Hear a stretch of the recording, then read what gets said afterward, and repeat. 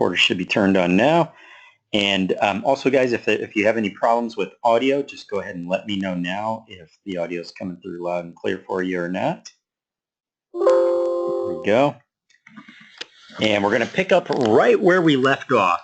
For those of you who have run your ad campaigns, here is step 2 of the process. So as we discussed, your lead campaigns are a multi-step process. Okay, it's not something where you just throw an ad out there and boom, magically everything comes in exactly as you like. Now, with that said, we have run a lot of ads, so we know what generally works. And this is your toe in the water to get some initial metrics so that now we can identify how well your market's responding to a specific pitch, and also see what Facebook is telling us as far as the metrics are concerned. Okay, so because those metrics are what are going to allow us to customize and tweak your campaigns as we go along. So you should be right about where I'm at. This is I'm in my Facebook Ads Manager, and I clicked on my ad campaign. Okay, so you want to be right where you see your ad set. See how this little tab is highlighted right here, whereas these are kind of grayed out in the background. This is showing me this is where I'm at. I'm at my ad sets for my campaign. So when I'm ready, I'm just going to check this little box to the left of it, and you're going to see the drop-down box over here, and we're going to start grabbing our metrics so that we can get a better idea of what went down the first go-round. Okay, what's happening. I'm going to move this over to my performance and clicks. So by default, the only option that is clicked is performance. I want to see my performance and my clicks as we go along. Okay. So you see how I have some new columns added here now that I put my performance in clicks. So that's where I want to be. I can always click on any of these if I want to expand. So we got my reach here, got my frequency. Now let's talk about what some of this means, okay? So just to make sure we're all on the same page, guys, reach means how many people had the ad show up somewhere in their timeline, okay? So that means when I ran my ad, 30,824 people had the opportunity to view my ad. Next to that is frequency. Okay, so if yours is like mine and they're all kind of squished together, you can just hover over your cursor over the little information bubble, and that pops up here, the frequency. Okay, so frequency is basically how many times did the average person have an opportunity to see your ad. So let's say that I ran my ad one time and my frequency was 2.5 or 3 or 3.5 or something along those lines. That would be a very bad sign. Okay, in the beginning, unless you have a teeny tiny group. When I say teeny tiny group of target people, what I mean is, let's say you could only find 5,000 or 6,000 people to target, or 10,000 people to target, as opposed to 50,000, 100,000 or more. Then at that point, you would expect a slightly higher frequency than is normal. But for most of you, when you have a decent sized target group and right out of the gate you get a really high frequency, that's a bad sign. Okay. So a bad sign basically because that would tell you that in order to even get the clicks that you got, that you received, that the average person had to be shown your ad multiple times. So what do you think that means, guys? Help me out in the chat box. What do you think that means? If I ran this ad and let's say my frequency was 3, and it took the average person that clicked 3 times to see my ad before they clicked, what would you extrapolate from that? What would you walk away thinking? Let me know in the chat box. What would that tell you? Let's see. Let's get your guys' theories here. We want to get those critical thinking caps on, because this is really what we're looking at, is analyzing what the data is telling us. We know it's a bad sign. If it takes them more than 1 or 2 views of your ad, what is that telling you? What are your initial thoughts? I'm just going to pause here and make sure that you guys get an opportunity to answer. There we go. All right, so Pete says so the ad's not good enough. Taya says the ad copy is not intriguing enough. Okay, good. Both good responses. But what else? What else on that ad? The picture, right? See, here's the interesting things, guys, about the pictures is I can run the exact same ad, identical from an ad copy standpoint, but just swap out the pictures. And the one with a good picture, I could be getting a frequency of about 1.0 and be getting a click-through rate 4, 5, 6%. I could take that same ad and put a bad picture in there, and I will get 1/5 those results. So it could be the picture. As you said, it could be the ad copy. It could be the call to action. Could be any of the above or even all of the above to an extent. So knowing this, we can have a tremendously positive impact on our ad campaign just by making some small tweaks. We don't need to go in and completely revamp everything. See, that's a big mistake for a lot of loan officers is they'll run their ad campaign, and if they don't get the ideal results right out of the gate, they just throw everything away and say, oh, you know what, this sucks, I'm wasting money, blah, blah, blah. And they turn the whole thing off and they just kind of start from scratch. And that is not the way we want to do things. Because if you even got a handful of clicks, and if people even ended up on your landing page, and if you captured a single lead, you're already pointed in the right direction. Because the bulk of loan officers never get any leads, just so you know. I mean, I've talked to thousands of them, and I'd say somewhere between 60 to 70% of loan officers who run ads will spend hundreds of dollars. We're talking 4, 5, 6, 700 bucks and not even capture a single lead. So if you're getting clicks and you got even one lead, you know that you're already performing better than 60, 70% of the competition, and that all you need to do is some fine tuning to kind of brush up on the areas where you see, hey, you know what, I could really use some improvement here and I could really use some improvement over there. So that's fine tuning, not ditching and starting over. Okay, so I just want to make sure that that's very, very clear because that is a huge, huge, huge mistake. That doesn't mean that there's never, ever a case to be made for starting over because that's simply not true. There are some instances where I'd say, you know what, we're getting very clear signals here from the market that they just absolutely despise this. You know, in that case, we might start over. But if we're getting even moderate level results, then you know that you already have over half the battle won, and all we got to do is fine tune. Okay. So let's take a look. So this is our grand total number of clicks here. I'm going to go ahead and just start scrolling over to the right here just to kind of show you that you can access more data here. Okay, so this is how long the ad campaign has been run. Here's the total amount that I spent. Here's the grand total number of clicks. Now, a lot of people will look at this and get confused and say, hey, you know what, right here, it's contradicting. It says 499 clicks, but if I scroll over here, I'm seeing 349 clicks. You know, that those are at odds, right? Well, not necessarily. Because one is showing me the grand total number of clicks, period, 499. This one over here is showing me the number of, this is my results, the number of times you achieved your outcome based on your objective you selected. So link clicks and unique clicks. See, sometimes people will click more than once, but Facebook will only count one of those clicks.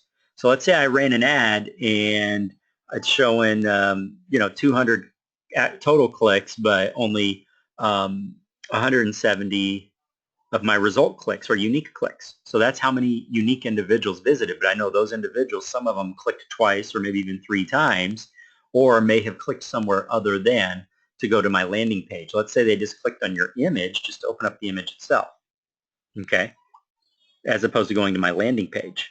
So again, that's the reason for the differences here.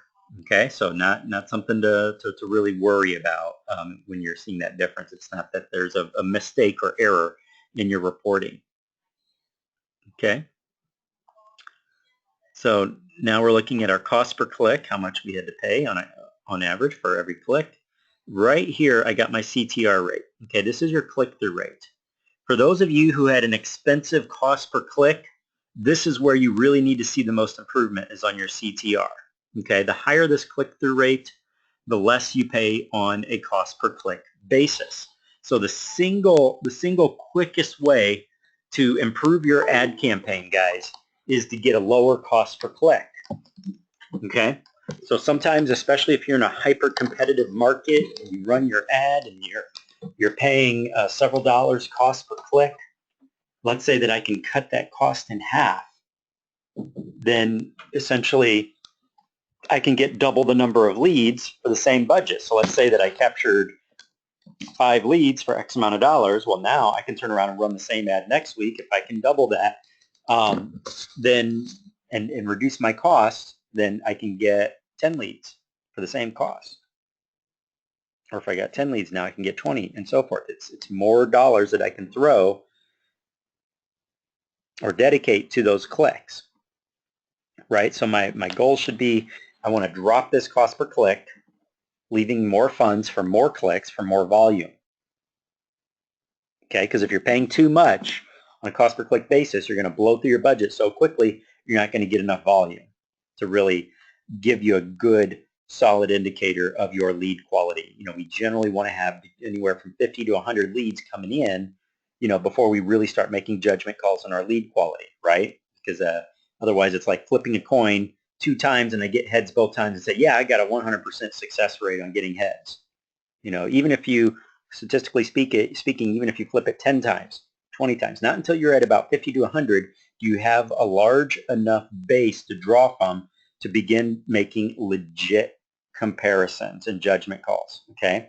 A lot of people jump to conclusions way too quickly, all right? So we want to make sure that we're getting in enough leads to where we can really get some fine-tuned figures here and say, okay, this is what story I'm being told, okay?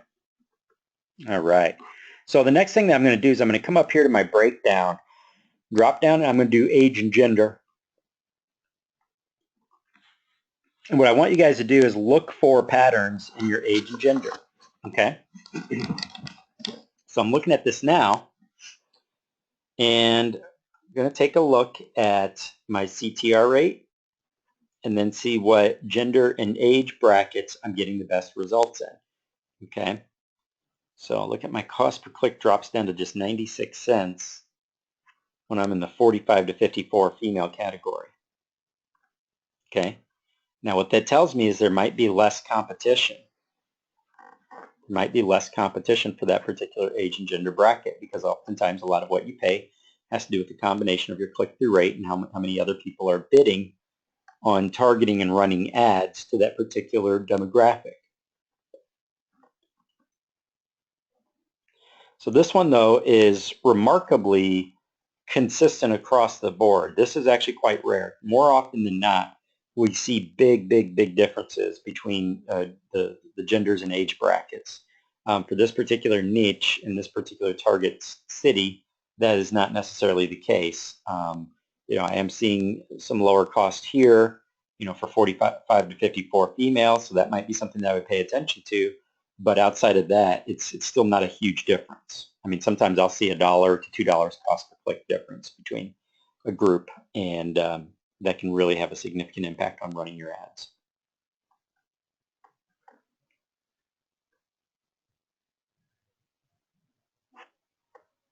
Going to my breakdown again.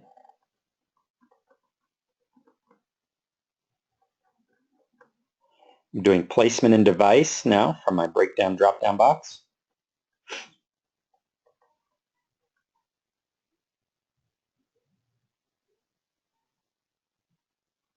See, check this out right here, guys.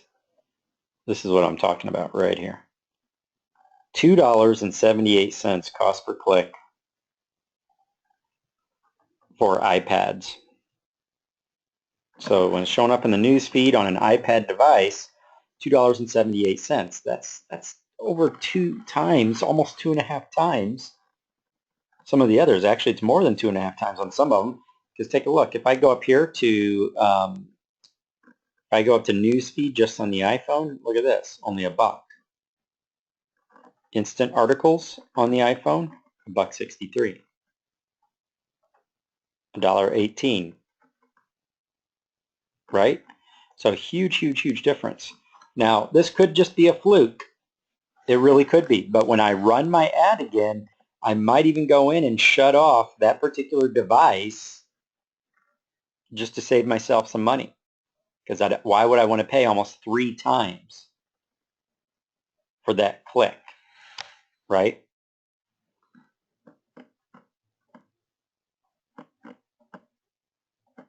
Now I'm coming down here to Android devices, so I'm scrolling.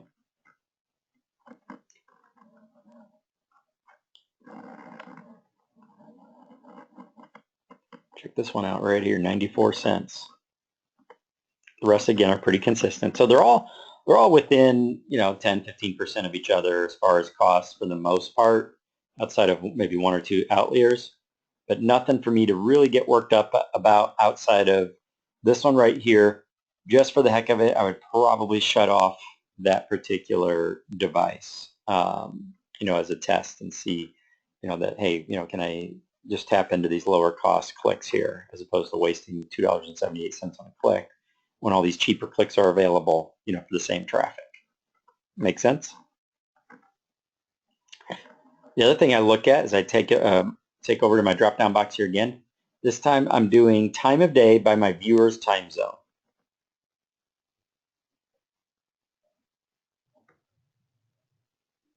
See, I can see how many clicks each time slot. This is military time. So I would just kind of go down the block here, seeing what times a day am I getting the most action. And then if I have some really down times, I'm going to take note of those as well.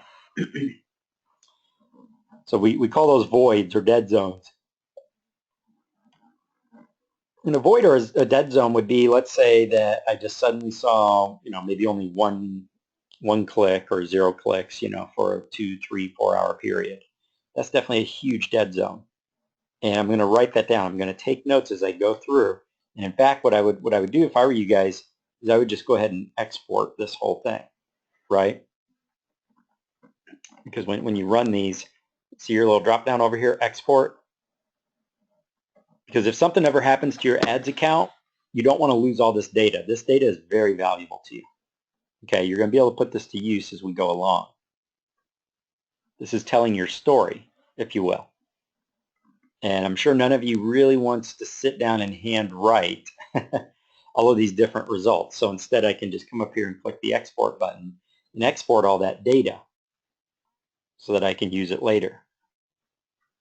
Make sense? Comes in very, very handy.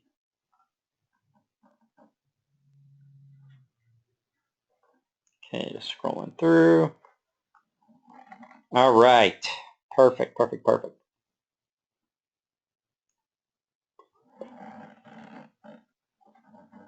Just a moment here, folks. And feel free to take a look at all the different options here from your breakdown and your columns, your custom columns. Okay. Feel free to take a look and identify anything that you may wish to know. So you may say, okay, yeah, I'd really like to see this, or I'd really like to see that. All you gotta do is click on it, folks. We'll bring it up. When you're done, check it out. You can just click on it again because it's checked. See how it's checked in there? If I just click on it again, then I can remove it. Mine's actually not double clicking right now. It's probably because I have go to meeting open at the same time, but when I double click on it without go to meeting open, it removes it. Okay, so just remember that. Now I want to take a look at one other thing here. Let's go ahead and click to expand your ad set to the individual ads themselves. So that's down here on the end. Remember earlier I said that we wanted to click on this area here where it said ad sets. Now we don't want that anymore. We want to click here where it says ads for one ad set. So these are your individual images. And this is going to show you which images got shown the most as we went along. Okay, it's going to show which got the best results. It's going to break it all down. So I'm just going to kind of scroll down here.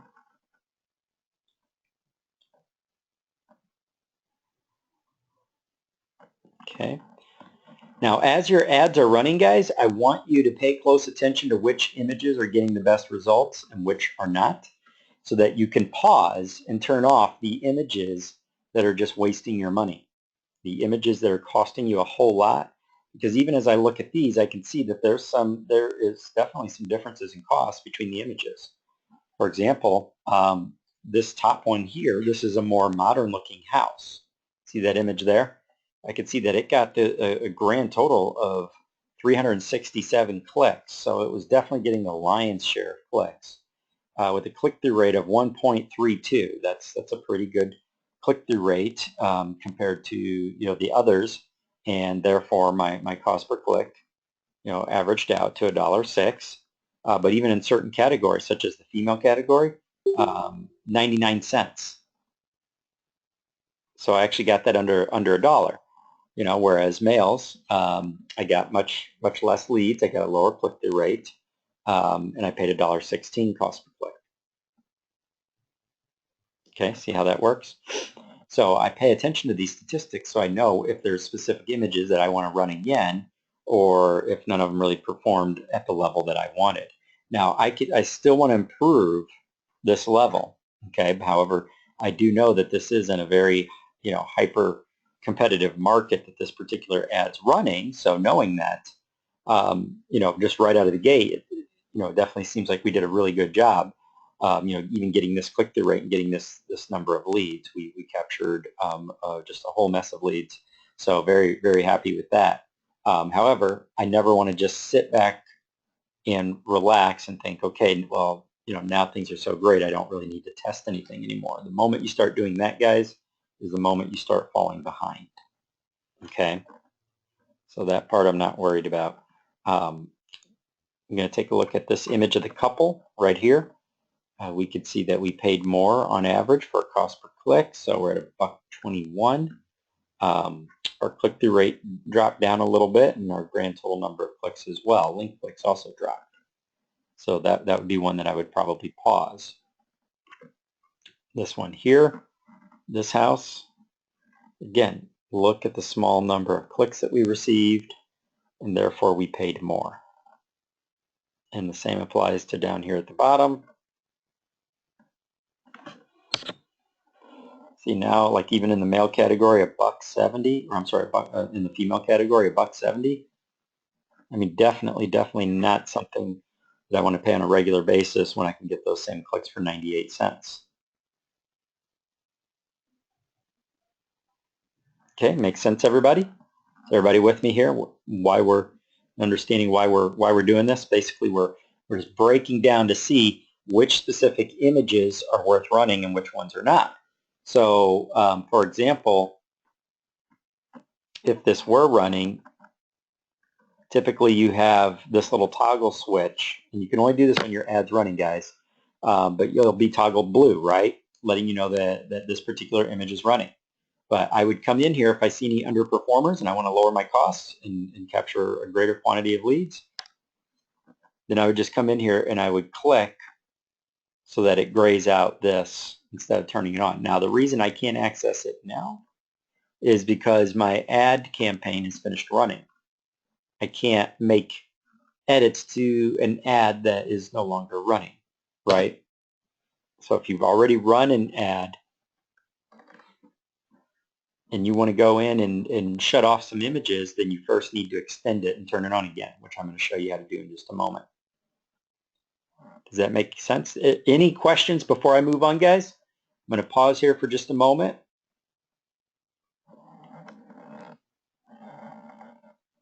I don't want to continue until I make sure that everybody's on the same page, so just let me know in the chat box.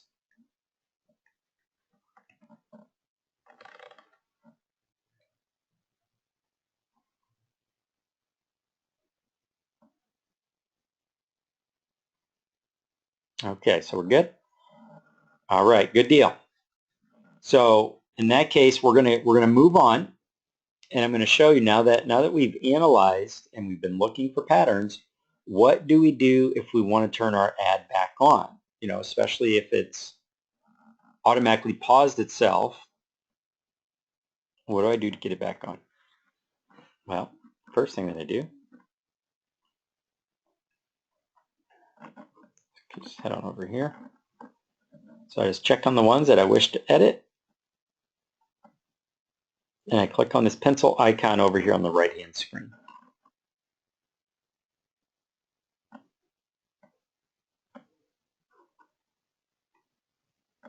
Okay, so now I'm presented with this pop-up window, and I can see here that I got one campaign. That means this covers my objectives and my spending limits. This one here, down here, targeting, placement, budget, and schedule. So I'm just going to go ahead and click there.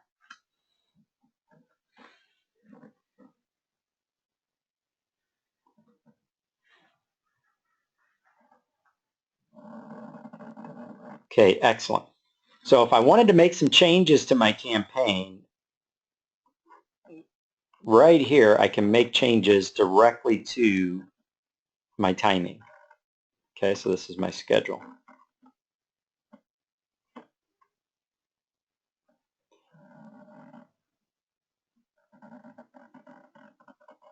Boom. So just change that, push it out for another 4, 5, 6 days to get some more ads under my belt.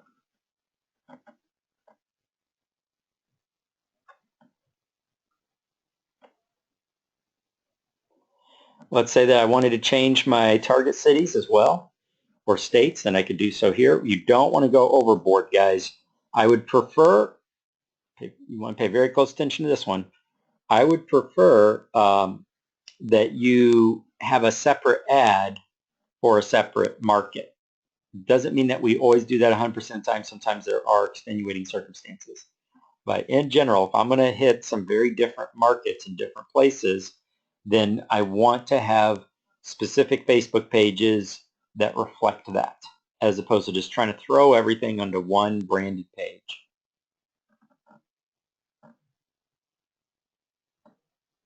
Does that make sense? Just pause in here to make sure if anybody has any questions that you have an opportunity to unmute your handset and or ask.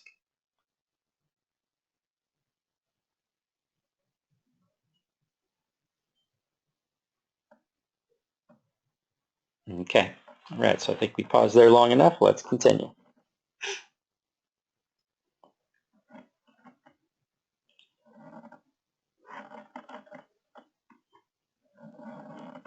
I'm going to scroll back up to the top here, guys, and check it out. I can also click one campaign here if I want to go to my objectives and schedule.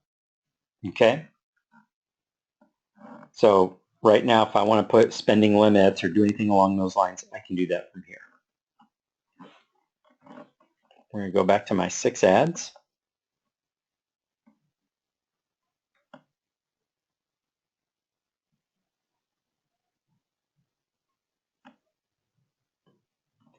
If I wanted to change my image, I could click here. Stock images. And that's where I do my search for house.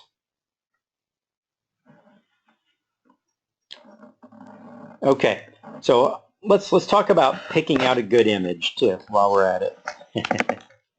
Just because that's such a big deal. What constitutes a good image?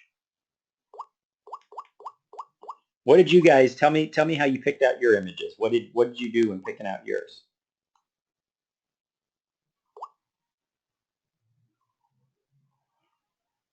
What criteria did you use? What did you just look for something that looked good to you, or what specifically were you looking for in the images when you're picking out the houses?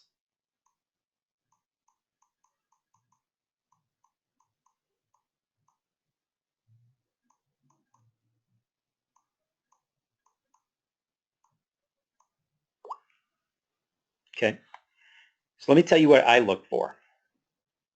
Here's a really good way to mix things up and really zero in on images that are going to do very, very well. And I'm also going to show you how to edit those images if you really, really want to make them pop out. Okay? So the first thing is, go ahead and write this down, guys.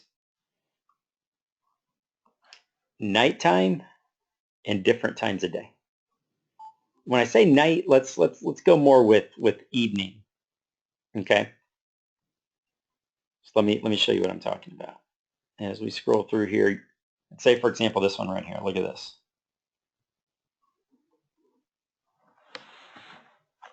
Should be showing the preview, but Facebook's running a little goofy right now. But you can see how this image, it's not a bunny blue sky, but rather it looks like the sun's going down, the exterior lighting on the house is on. We want things that have contrast and can attract the eye. So that's why we're trying polar opposite. So I'm still going to put, maybe a couple of houses with that perfect blue sky that you typically see in images for homes. But let me tell you another trick is if you can grab an image of a house that actually looks like a listing, that looks like an authentic listing as opposed to a stock photo, sometimes that'll get more attention from the individuals. I also break my images up into categories. I have images that are houses, and then I have images that are conceptual in nature. For example, images that make me think of happy families and things along those lines. So that's where images such as this one. I'm not specifically saying, hey, you should try this particular image, but I'm just pointing it out just because it's more of a conceptual. It's an emotional style image. When they're trying to show you the happy family, there's a subliminal message there, isn't it? It's like, hey, this could be you. Don't you think your family deserves happiness? And in some markets that works beautifully. In others, not so much. So that's why we have to try it, right? So that's kind of what we're talking about here, folks. Is we're going to try some emotional, put some family photos in there. We're going to try different times a day so that we have some contrast between the homes. And I will also do something along the lines of, we know that human faces, so I put the word shocking, or surprised or angry. Pictures of humans that evoke strong emotions. Say, for example, this here, this little child, especially if the person's looking right at you. It's been proven time and time and time again that when people feel like somebody's looking at them, they can't help but also look. And our goal here is to attract the eyeball, right? We want to attract the attention of those individuals so that they, if nothing else, they at least see the image and give it a chance.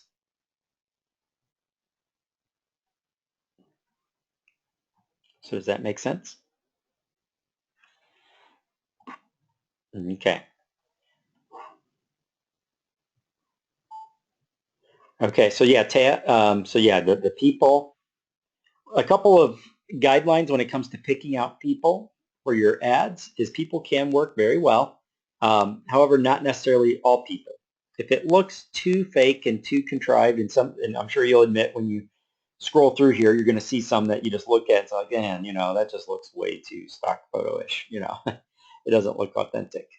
Those are the ones that I tend to find don't work as well as they could or should. Also, when you have people with colored backgrounds, those tend to pull very well too. So you see this bright yellowish background to this woman here? Well, that's really going to stand out against the Facebook backgrounds. It's going to get attention.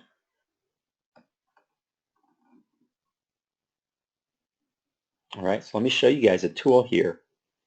If for whatever reason, if you're just not getting that click-through rate to where you're able to get that low cost and all that fun stuff, let me show you an alternative tool. So let me open up some fresh tabs.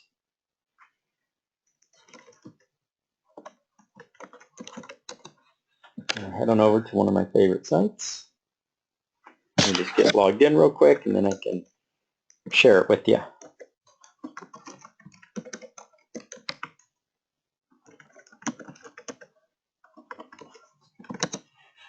Okay, let's see if it gets me in. There we go. So it's free to use. It's called canva.com, and I think I've mentioned it before in the past, but I bring it up again just because it really is that awesome of a tool. Okay, so again, it's canva.com. And I can create pretty much whatever I want on this cool website.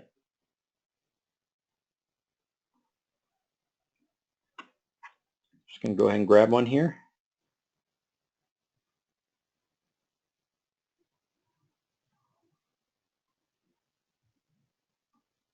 You can see how I can get rid of whatever I want on the image. Okay. So let's go ahead and let's grab a house. Let's say that I need to enhance something. Now, if you upload your own imagery, you're not charged anything to use this tool. And they even have free images here that you can pull from. So same concept. As long as you're using the freebies, you don't get charged anything. So let's see if I can find a house.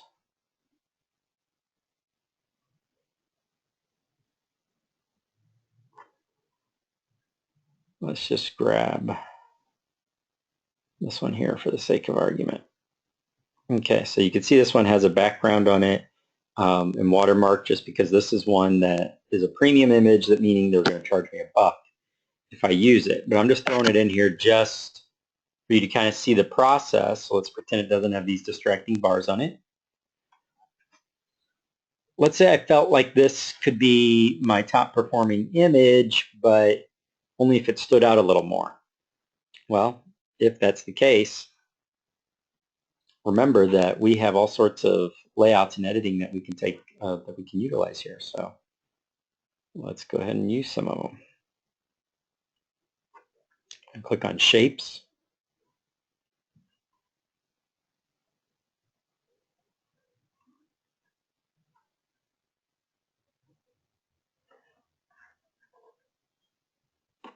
Shrink that down a little bit. Sometimes I put them at the top, sometimes I put them at the bottom. And then I would color this box. Okay. Go through and arrange, and there's a couple of things here, so I might bump my transparency down.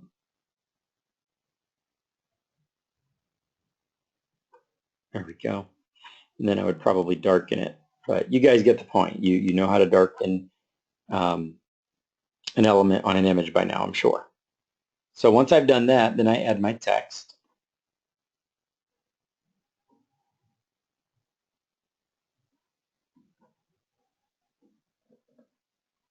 I don't want too much text or too large of text on there either, because Facebook will throw those out.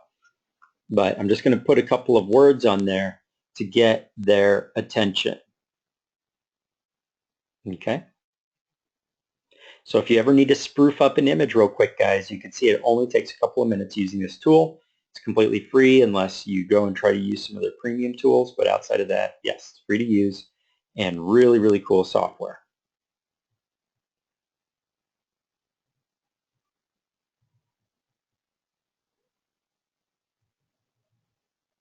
Waiting for any questions or concerns. Let me know in the chat box, guys. By the way, yeah, you're correct. Basically, I just choose on what style of font that I want, and then I can shrink it down and fit it to wherever I want on the site. So if I decided to use that font instead of this one, I could just move this one out of the way.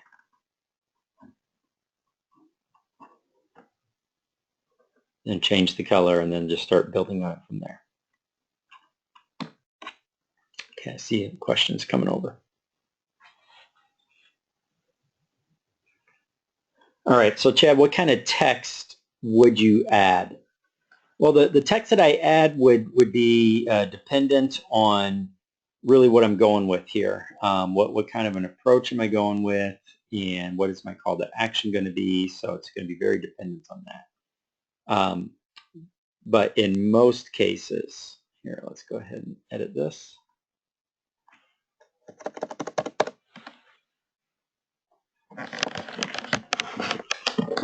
Get adjusted there.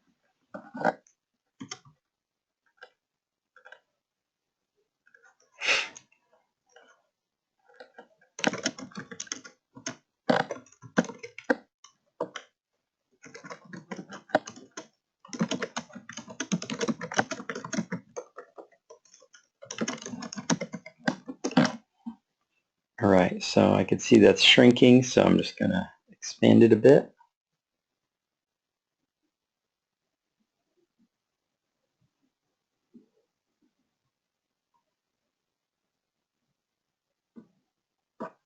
I'm at size 17 font, so I'm going to bump that up for sure.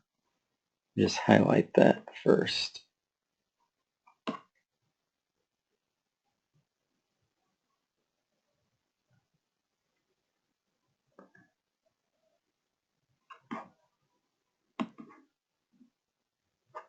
it's going to keep screwing around with me, then I might just insert a fresh one. So yeah, that's what I would do, is just insert a fresh one. All right. You can see what I wrote there. Most home buyers don't know this. Do you? Don't know this yet. I mean, there's a lot of different ways to phrase it. So I would change that color. Don't go too large on it, because again, if more than 20-25% of your image ad is text, then Facebook can still throw it out.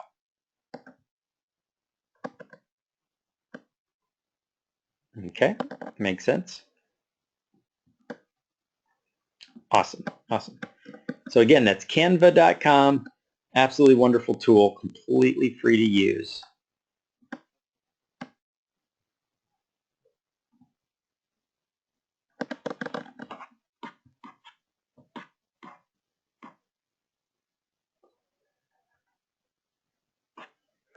Okay, fantastic, guys.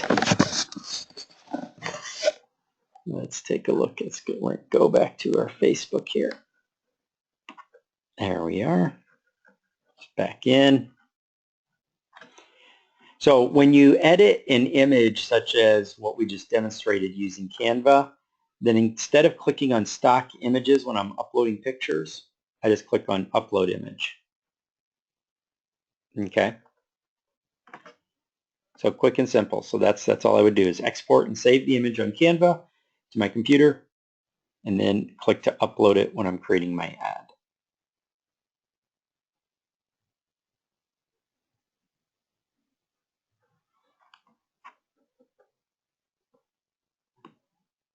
Just going to confirm here so we can move on. There we are. Okay, so here you can see it's giving me an error telling me I can't edit this, blah, blah, blah. And the reason it's saying that is because the ads are turned off. I can't go in and request changes, be made to an image ad if the image ad is shut off. So that's just Facebook letting me know that, hey, you know what, you need to turn those on before you start adding these links in here.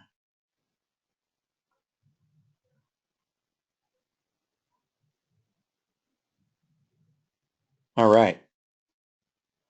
Any other questions, guys? Okay. So I'm just going to go ahead and cancel that one, just because that was a dummy ad. Let's talk about follow-up, guys. Let's talk about follow-up. When your leads are coming in, generally speaking, we naturally always want to follow up with our leads ASAP. I mean, that's a given. But a couple of things that we can do. If you're getting individuals inserting their data into your lead forms incomplete, so maybe only giving you a partial phone number or a wrong phone number or whatever the case may be, the best way to solve that is just to let me know and ask me if I can make that a required field in your image. Okay, so in your image ad. So the questions where individuals are only giving half answers or only answering and cherry picking certain questions and not others, this is the best way to deal with it. Make the fields required.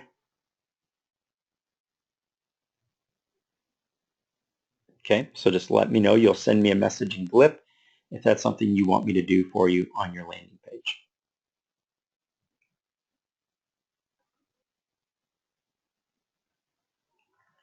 All right. So we've talked about modifying the images and the ads themselves. We've talked about creating images using Canva, a third-party software. Talked about quite a bit. So I'm going to open this up to you guys to let me know what would you like me to chat about here. And what I want you to do is also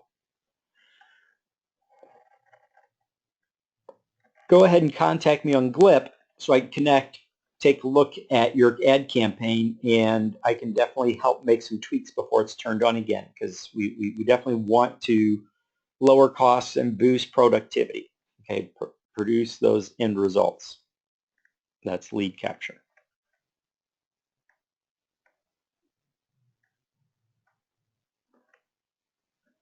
Right? Excellent. Okay. So there's a couple things that we're going to be doing as we move forward here, folks. So let me go ahead and get you mentally prepped for where we're going with these ads. We're going to be dealing with the artificial intelligence ads very soon. That was something I talked to you about during the webinar a couple weeks ago, and mentioned that, hey, that's a bonus.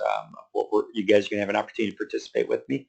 So if that's the case, I would strongly recommend that you do. Just reach out to me and let me know that you want to participate, because that is just an incredible angle. You know, using that artificial intelligence to capture people that are,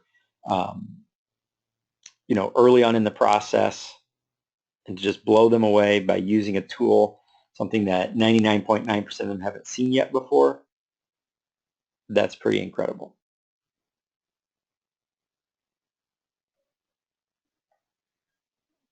Okay, so we definitely want to get all of this squared away before we move on to our artificial intelligence ads.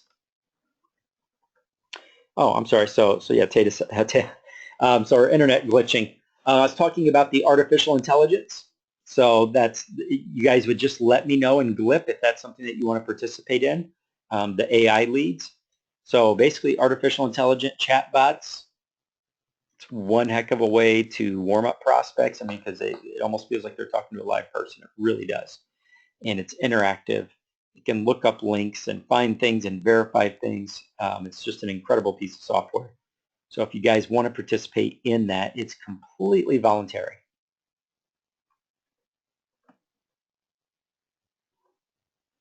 But definitely something that's pretty ahead of its time. Absolutely, Taya, not a problem at all. Okay, so what I want you guys to do is send me a message on GLIP, letting me know when you want me to go ahead and log into your account and take a look at what you've done, and I'd be more than happy to make some tweaks and then let you know why I made the tweaks that I did.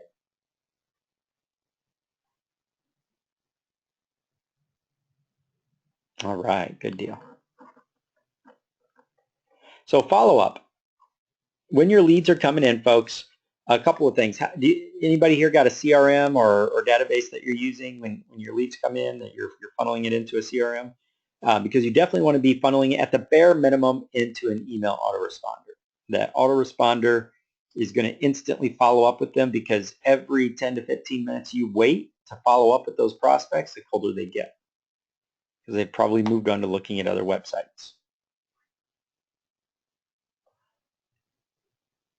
So an email autoresponder. I recommend GetResponse and or ActiveCampaign. Pretty powerful. And yes, I'm going to be helping with follow-ups. So yeah, some content and whatnot for follow-ups, some recommended content. That's something that I'll be providing to you guys to help with that follow-up, because yeah, we definitely want to do more than just send an email or two. That's where a lot of mistakes are made with a lot of loan officers who are capturing their own leads, is they'll create this pop-up and create this follow-up with an autoresponder,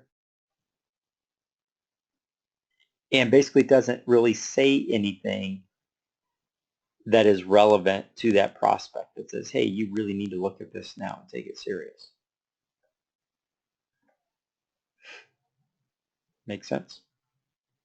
So yeah, maybe helping you guys out with that. But yeah, GetResponse and ActiveCampaign are two heavyweights that are definitely worth taking a look at.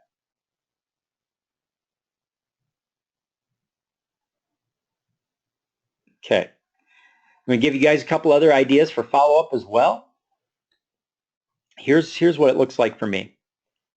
Typically when a lead comes in, the first thing that's going to happen is that email autoresponder is going out, right? Because that's triggered in the system. Boom, shoots the email out, and now the prospect has an opportunity to open it if they see it. If they see it. Not everybody just sits in front of their computer screens anymore these days, right?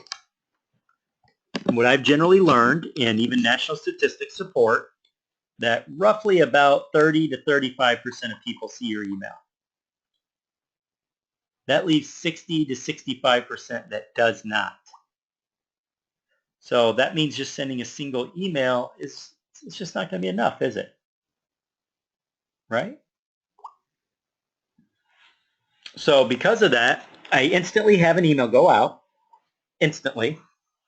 That's set up in the autoresponder, either get response or active campaign. Number two, what happens next? Well, if I got a phone number, I want to call. But we're not always going to reach them by phone either. Right? So what else do we do? Well, most of you guys are probably familiar with voice drops technology. A lot of you might know it as slide dial. What slide dial or voice drop technology is it's the ability to record a voice message and then have a system deliver that to their voicemail. It completely bypasses ringing their phone, so it does not violate telemarketing laws, right? Because their phone's never actually ringing. It drops it right into their voicemail. And I can't tell you how many times I've had people respond to that and just say, wow, that was, that was amazing. I got a 30% or 40% boost in my response rate. And the prospect thinks, well, maybe they just missed a call. But in reality, the system is just instantly delivering to their voicemail. So now when they listen to that, they hear your voice. It's more persuasive, right? So they think they just missed that call. You're going to get a lot of callbacks. So yeah, Peter, it's a voice drops. So like a slide dial would be an example. There's a lot of different systems out there. If you guys like, I'd be happy to leave some recommendations in Glip for you this evening. But by doing a multi-pronged follow-up approach, I do the voice drops. I do the instant emails. I'll even do the cell thing.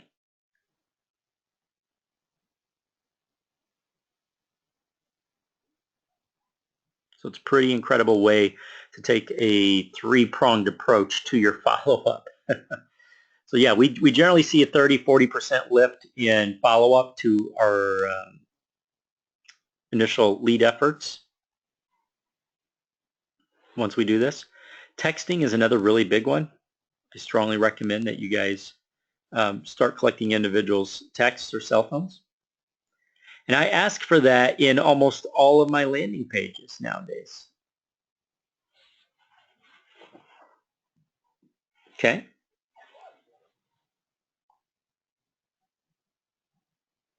Excellent, excellent. All right, guys. So go ahead and send me the messages on Glip. Let me know when you want me to kind of go through and browse through your campaigns, and I'll leave you some feedback. And we'll go ahead, and then after I've been able to review everybody, then we can work on the next campaign. We want to get our next lead generating ad out there and get it rolling. Excellent.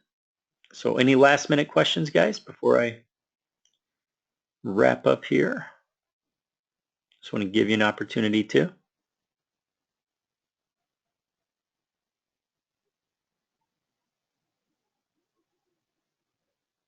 All right, good deal. So if any questions pop up, then go ahead and shoot them over to me in Glip. And also let me know when you're ready for me to go review your campaigns of what you've already run, and I'll be happy to go in and make some manipulations or updates to improve those results. Because even something as simple as just a tweak or two here and there can double, triple, quadruple your results. And let me tell you, once you get there, it's hard to look back.